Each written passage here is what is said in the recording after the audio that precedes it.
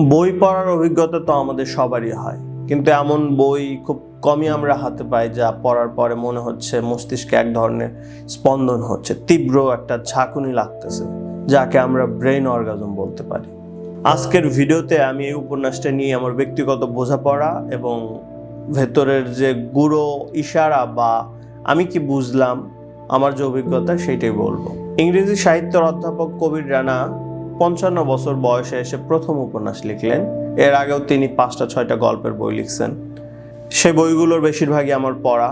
সেখান থেকে তার ভালো লাগতো বলে কেউ মরছে না পড়ার চেষ্টা। কেউ মরছে না যখন পড়লাম, পড়ার পর মনে হলো বাংলা সাহিত্যের শ্রেষ্ঠ উপন্যাসগুলোর তালিকায় এটাকে রাখা যেতে পারে। জীবন আমার বোন, খোয়াবনামা কিংবা অলিক মানুষের মতো ক্লাসিকগুলোর পাশে আমি অনায়াসে একে রাখতে পারবো। উপন্যাসের পটভূমি নিষ্কল্পা নামক এক কাল্পনিক গ্রাম, কিন্তু এই গ্রাম কি কেবলই কল্পনা? কবির রানা এখানে মানুষের অর্থনীতি, রাজনীতি আর জীবন রীতিকে এমনভাবে দেখছেন যে একই সাথে মমতার ঠাট্টায় মেশানো। কবির রানা একজন জাত কথা শিল্পী। তিনি শুধু শব্দ নিয়ে খেলা করেন না, বরং শব্দকে প্রাণ দেন। তার লেখায় এমন সব শব্দ ব্যবহার করা হয়েছে যাতে কোনো হিংসা নাই, আছে কেবল মায়া আর অফুরন্ত অর্থ। অভিধান হয়তো এই উপন্যাসের ভাষা ব্যাখ্যা করতে অক্ষম হয়। এখানে মৃত শব্দগুলো প্রাণ ফিরে পায়, নতুন ভাষায় কথা বলে। উপন্যাসের শুরুতেই আমরা পাই ইবনে বতুতাকে, যে এই উপন্যাসের মূল প্রোটাগনিস্ট। সে একজন যুবক যে কিনা তার নিজ গ্রাম থেকে বের হতে চায় কিন্তু পারে না। এই ভ্রমণ কি কেবল ইবনে বতুতার, নাকি সত্য অন্বেষী প্রতিটি মানুষের এক অনন্ত যাত্রার গল্প? বইটির চরিত্রগুলা আখের মন্ডল, সুলাইমান মন্ডল, আলী বাবা কিংবা দিদার ফকির সবাই অত্যন্ত রহস্যময়। এদের দেখে কখনো মনে হয় এরা আমাদের পরিচিত ফ্যাসিস্ট রাষ্ট্রের রাষ্ট্রপ্রধান, কখনো মনে হয় রাজনৈতিক দল, আবার কখনো বিদেশি পরাশক্তি। আর নারী চরিত্র পাখি খাতুন বা মঞ্জুমুনা, মোনা নামের চরিত্রটি কি আসলেও কোনো নারী, নাকি অধরা সুখ বা শান্তি?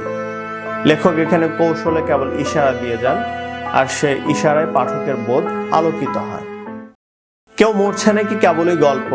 না, এটা আমাদের অধিকারের কথা বলে, নদী দখলের কথা বলে, আমাদের ভেঙে পড়া অর্থনীতির কথা বলে। এটি কথা বলে সেই একনায়কতন্ত্র নিয়ে, যেখানে একজন মানুষ দেশের চেয়েও বড় হয়ে যায়, যেখানে ভোট চুরি হয় এবং মানুষের চেয়ে ব্যক্তির ফাফা বক্তৃতা বড় হয়ে ওঠে।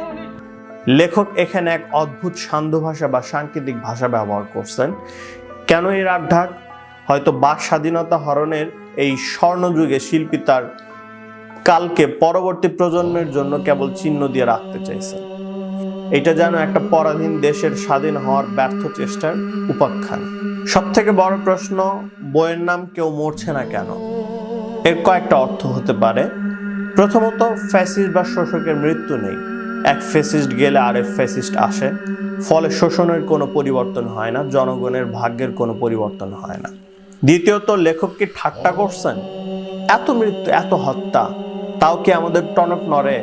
মৃত্যু যদি কোনো পরিবর্তনই না আনে, তবে সেই মৃত্যুকে কি আদৌ মৃত্যু বলা যায়? অথবা হতে পারে আমাদের মৃত্যুকে যেহেতু শাসকরা হিসাবেই ধরছে না, তাই লেখক এক ধরনের বিদ্রোহ করে বলছেন, ঠিক আছে, আমরা কেউ মরছি না, সবকিছুই ধ্বংস হচ্ছে, অথচ আমাদের বলতে হচ্ছে সব ঠিক আছে, অল ইজ ওয়েল।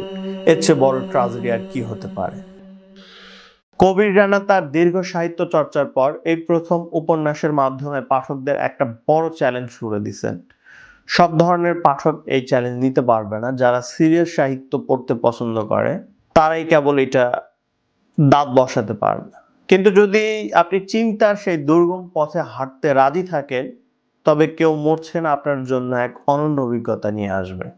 আমি এই বইটার মূল সত্যের কাছাকাছি যেতে পারছি কি পারি নাই সেটা আমি বলতে পারবো না। আরো কয়েকটা পার্ট হয়তো লাগবে এই উপন্যাসটা পুরোপুরি বুঝতে।